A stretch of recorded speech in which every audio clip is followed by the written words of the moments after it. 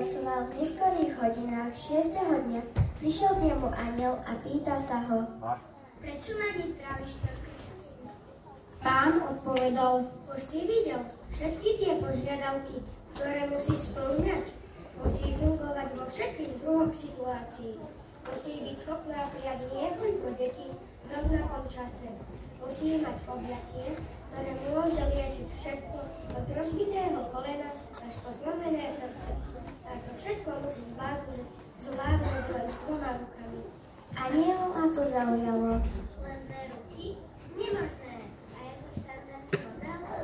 Anjel pristúpil bližšie a dotkol sa ženy. Ale je nejaká krehká. Je krehká, povedal Boh. Ale ja som ju urobil silnou. Nevieš si predstaviť, čo všetko dokáže zdržať a prekonať.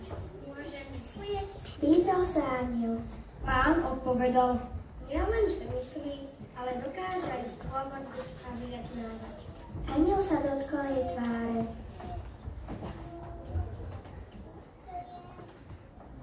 Pane, zdá sa, že to stvorenie nie ty si. Dal si na ňu príliš veľa záťaže. Boh sa nad jeho slovami usmial.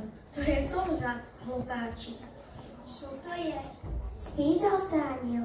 Pán povedal: Slzy sú jej spôsob, ako vyjadriť svoj smútok, jej pochybnosti, jej lásku, jej samotu, jej bolesť a jej tvrdosť. To na anjela urobilo veľký dojem. Pane, ty si génius. Myslel si na všetko.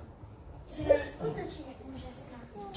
Pán povedal: To je násilu, ktorá muža bude udivovať. Dokáže zvládnuť problémy a niesť ťažké bremená.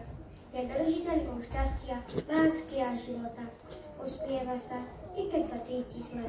Spieva, plače, keď je šťastná a smeje sa, keď má strach. Bojuje za to, čo verí. Jej láska je bezpodmienečná. Keď je jej srdce spomené, nájde silu žiť ďalej. Anjel sa spýtal. Takže je dokonalá bytosť? Boh odvetil: Nie, na jednu chybu. Žena často zabúda, akú hodnotu má.